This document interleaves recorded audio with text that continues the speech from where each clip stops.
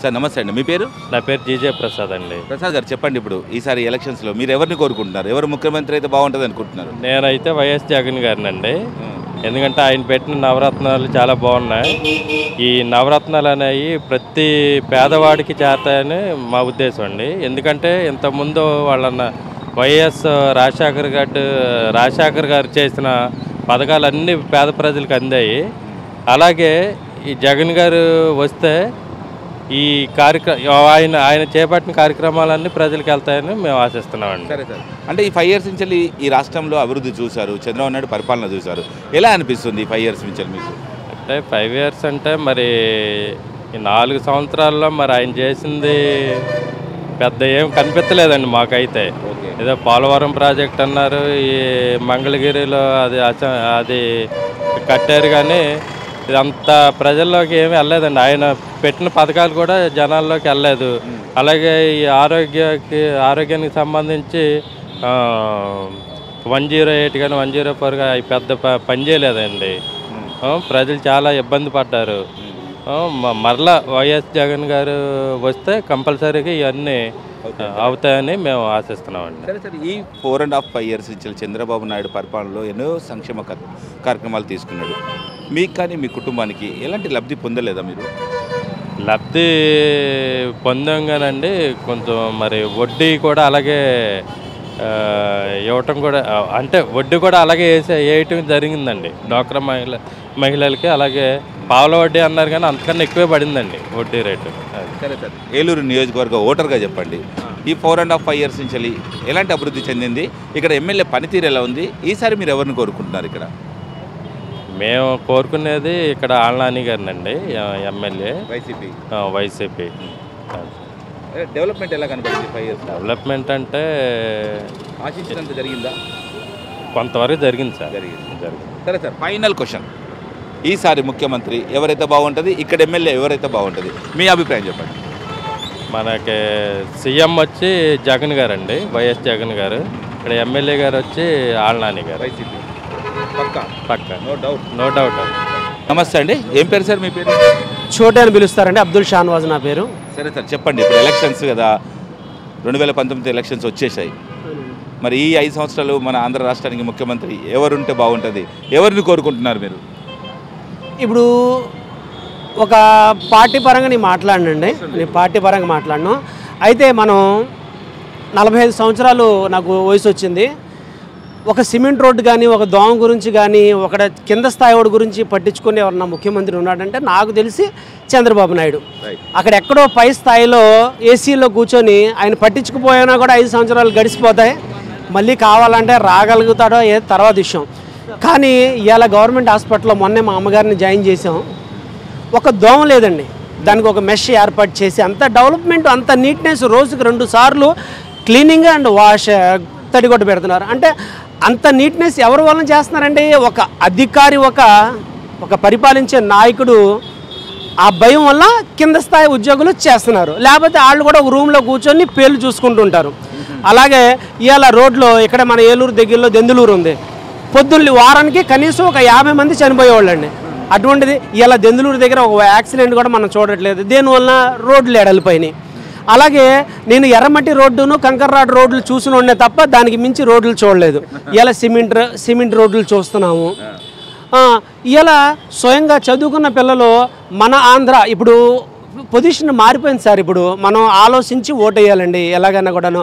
ఇప్పుడు ఎందుకంటే రాష్ట్రాలన్నీ ఎవరి వాళ్ళు మా వాళ్ళు అనుకుంటున్నారు కాబట్టి చంద్రబాబు నాయుడు గారు ఒక్కళ్ళే మన ఆంధ్ర, నా వాళ్ళు, నా తెలుగు వాళ్ళు, నా ఆంధ్రాలో ఉన్న వాళ్ళంతా నా తెలుగు వాళ్ళు, వాళ్ళని డెవలప్ చేయాలని ఆయన ఆలోచిస్తున్నారు.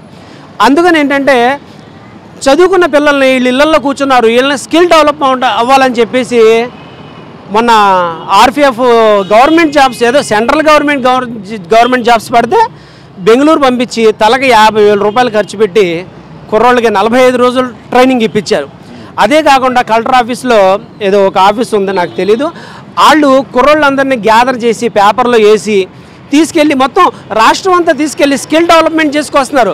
ఏంటి వాళ్ళు ఏమైనా ఓట్లు వేస్తారన్నా? ఆ కుర్రోళ్ళకి ఓట్లు ఉన్నాయో లేవో కూడా ప్రభుత్వంకి తెలియదు కదా, ఎందుకు తీసుకెళ్తున్నారు?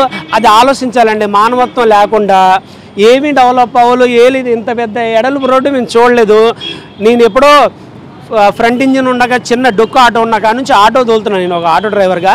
ఇంత ఎడల్పు రోడ్లు ఇంతవరకు మేము ఎవరో వలన చూడలేదండి. ఇంత డెవలప్ చేస్తున్నాము.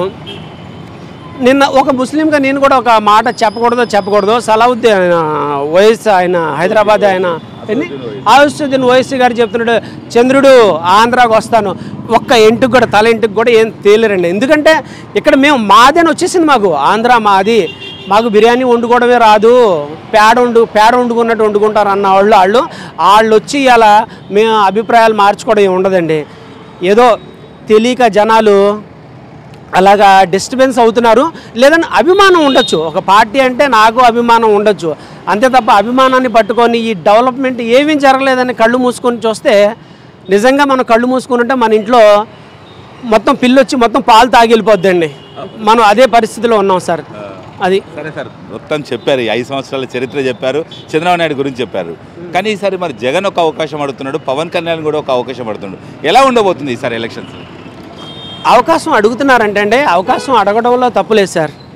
వాళ్ళు అవకాశం అడగడంలో తప్పులేదు. వాళ్ళ నాన్నగారు కూడా ముఖ్యమంత్రి కాబట్టి, ఇప్పుడు జగన్ గారు కూడా వాళ్ళ అన్నయ్య గారు కూడాను పోటీ చేస్తున్నారు కాబట్టి అవకాశం అడగడంలో తప్పులేదు.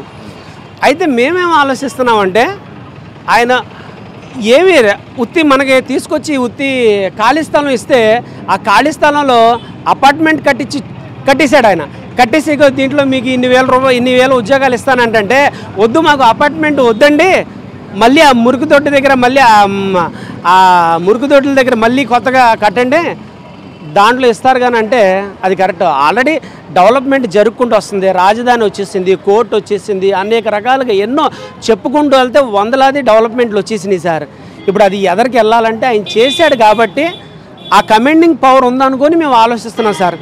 ఇంకా అందరూ రావాలి, అందరూ పోటీ చేయాలి, అందరూ ప్రిఫరెన్స్ చేయాలి. ఇప్పుడు ఏలూరు నియోజకవర్గానికి వద్దాం. ఒక ఓటర్గా చెప్పండి, ఎంతవరకు అభివృద్ధి చెందింది ఏలూరు? ఈ ఎమ్మెల్యే పనితీరు ఎలా అనిపించింది? ఎమ్మెల్యే గారి పనితీరు బాగానే ఉందండి. ఒక మా ఏలూరు ఎమ్మెల్యే గారే కాదండి, మక్కన చింతమనేని గారు కానీ మాగంటి బాబు గారు వీళ్ళంతా ఎలా పనిచేస్తున్నారంటే,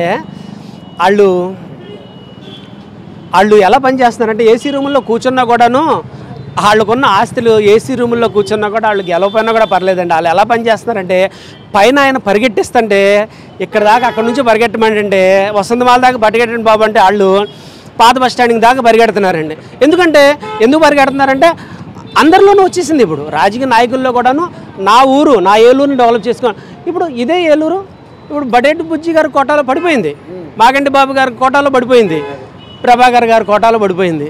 ఇలా ఫైనల్ క్వశ్చన్, ఈసారి మీరు మద్దతు ఇస్తే రాష్ట్రంలో ముఖ్యమంత్రి పీఠం మీద ఎవరిని కూర్చోబెట్టాలనుకుంటున్నారు? ఇక్కడ ఎమ్మెల్యేగా ఎవరిని కూర్చోబెట్టబోతున్నారు? నాకు ఓటు ఉంది కాబట్టి నేను మాత్రం ఇక్కడ లోకల్ ఎమ్మెల్యే గారికి బడేటి బుజ్జి గారికి ఓటేస్తానండి. నెక్స్ట్ చంద్రబాబు నాయుడు, అదే మాగింటి బాబు గారికి ఓటేసి ముఖ్యమంత్రిగా నేను చంద్రబాబు నాయుడు గారిని కూర్చోబెట్టుకుంటాను. నా పిల్లలు పెద్దోళ్ళు అయిపోయారు, వాళ్ళ పిల్లల భవిష్యత్తు కూడా బాగుండాలంటే ఇదే రావాలంటే నా ఉద్దేశం. Open heart. సార్ నమస్తే అండి, ఏం పేరు సార్? నా పేరు బసవ కుటుంబరావు. సార్ చెప్పండి, ఇప్పుడు ఎలక్షన్స్ వస్తున్నాయి కదా, 2019 చాలా హోరాహోరీగా ఎలక్షన్లు జరగబోతున్నాయి. ఈసారి ఈ వచ్చే ఎలక్షన్స్లో ఈ 2019లో మీరు ఎవరిని కోరుకుంటున్నారు ముఖ్యమంత్రిగా? ఎవరైతే బాగుంటుంది? జగన్ అయితే ఒకసారి చూడాలని ఉంది. ఎందుకని సార్ జగన్ చూడాలని? అంటే వాళ్ళ తండ్రి నడక నడుస్తాడనే అభిప్రాయాలు జనంలో ఉన్నాయి. ఈయనేమో 5 సంవత్సరాల్లో ఏమి అనుకున్న వాగ్దానాలు ఏమీ చేయలేం, అది నిరుత్సాహంగా ఉంది ప్రజల్లో. అంటే ఈ 5 సంవత్సరాల నుంచి అనేక సంక్షేమాలు పెట్టానంటున్నాడు, ప్రజలందరూ సంతోషంగా ఉన్నారంటారు, మీకు ఏమంటలేదా? నవరత్నాలు ప్రకటించిన తర్వాత ఒక్కోటి ఫాలో అవుతున్నాడు తప్ప అంతకుముందు ఏమీ చేయలేం. అంటే అదేంటి సార్ మీరు అలా అంటున్నారు? ఎంతో సీనియరు, చాలా సంవత్సరాలు ముఖ్యమంత్రి చేసి సీనియర్ అవచ్చు, దాన్ని ఏముంది, ఒకటి కాపీ కొట్టి చేసి అంటున్నారు అంతే. కాపీ నేను అనేది అదే సార్, కాపీ కొట్టాల్సిన అవసరము అంత సీనియర్ అవసరం. ముందు 4 సంవత్సరాలలో ఏది ముందుకు రాలేకపోయాడే, ఓన్గా ఏమీ డిసిషన్ తీసుకోకుండా గతంలో 9 సంవత్సరాలు పరిపాలించినప్పుడు కూడా ఏమీ తీసుకోవాలి. రాజశేఖర రెడ్డి వచ్చి ఆరోగ్యశ్రీ, ఫీజు రిమెంబర్స్ పెట్టిన తర్వాత ఆయన తప్పక నిలిపాడు, కానీ ఆయన కోరిక ఏది చేయలే అంతకుముందు. మొత్తం మీద ఈ 5 సంవత్సరాలు చంద్రబాబు నాయుడు పరిపాలన బాగాలేదంటారు? ఏం బాగుండలేదు అసలు. సరే సార్, మరి జగన్ వస్తే అభివృద్ధి చెందుతుంది అంటారా? అనే కోరిక, ప్రజల్లో ఒక్కసారి మార్పు కోరదాం, తండ్రి పాలన అందిస్తాడనే అభిప్రాయంతో జనం ఉన్నారు. సార్ మీరు మద్దతు ఇస్తారు సీఎంగా, ఎవరికి మద్దతు ఇస్తారు? జగన్మోహన్ రెడ్డికి. No doubt. No doubt. గురుగారు మీ పేరు? నా పేరు దుగ్గిరాల పార్వతీశ్వరరావు. దుగ్గిరాల పార్వతీశ్వరరావు గారు 2019 ఆంధ్రప్రదేశ్లో జోరుగా జరుగుతున్న ఎలక్షన్స్ ఎవరి ప్రచారాలు ఉరితించేస్తున్నారు. ఫైనల్గా ఏదో ఒక పార్టీ అధికారంలోకి రావాలి, ఏ పార్టీ అధికారంలోకి వస్తే బాగుంటుందని మీరు అనుకుంటున్నారు? ఎవరు ముఖ్యమంత్రి అయితే బాగుంటుంది అని మీరు అనుకుంటున్నారు? ఇప్పటి వరకు 9 years చంద్రబాబు నాయుడు గారు పరిపాలించారు, బాగానే పరిపాలించారు, అంతవరకు బాగానే ఉంది. ఇప్పుడు యువతకి నిరుద్యోగ సమస్య ఎక్కువగా ఉంది. ఎంతోమంది డిగ్రీ హోల్డర్స్ కూడా చాలా బాధపడుతున్నారు ఉద్యోగాలు లేక. ఈయన 10వ క్లాస్ పాస్ అయిన వాళ్ళు కూడా 1,00,000 ఉద్యోగాలు ఇప్పిస్తా అన్నారు మన పవన్ కళ్యాణ్ గారు.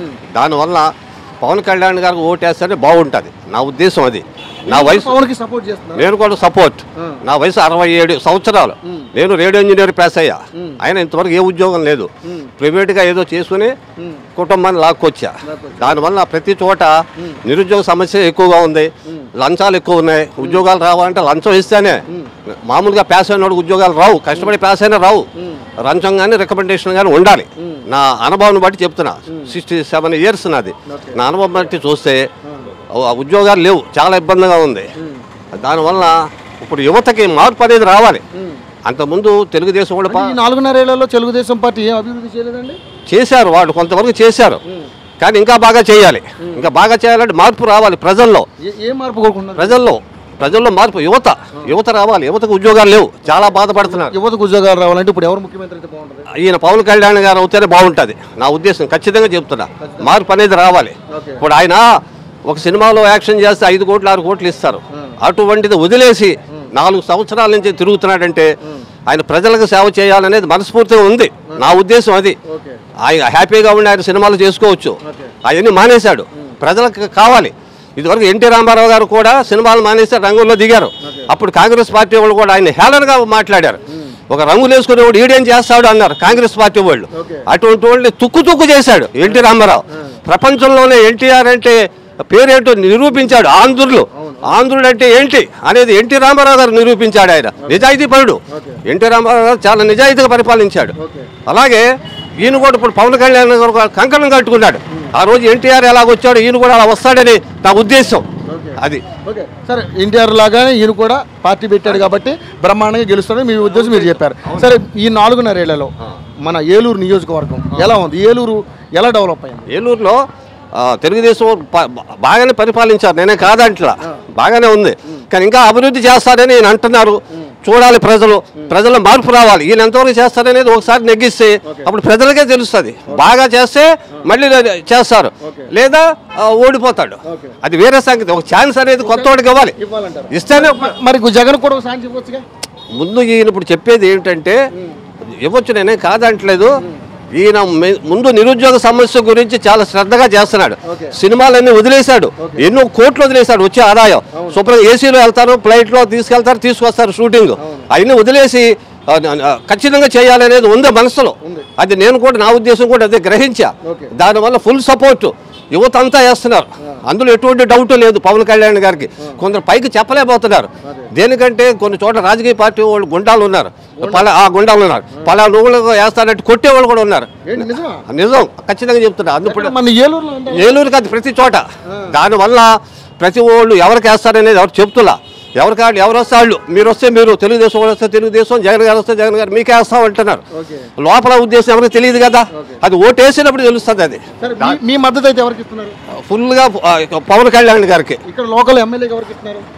లోకల్గా ఈ తెలుగుదేశం ఆయనే, మామూలుగా ఇప్పుడు మాత్రం పవన్ కళ్యాణ్ గారికి ఎటువంటి డౌట్ లేదు. ఓకే అండి, మొత్తం అంతా పక్కా, నో డౌట్. హలో, మిమ్మల్ని ఫిలిం సెలబ్రిటీస్ రియల్ స్టోరీస్ ఏంటో తెలుసుకోవాలనుందా? లేటెస్ట్ గా రిలీజ్ అయ్యే మూవీ రివ్యూస్ నేను చెప్తే వినాలనుందా? ఇంకెందుకు ఆలస్యం, యోయో టీవీని సబ్స్క్రైబ్ చేసుకోండి.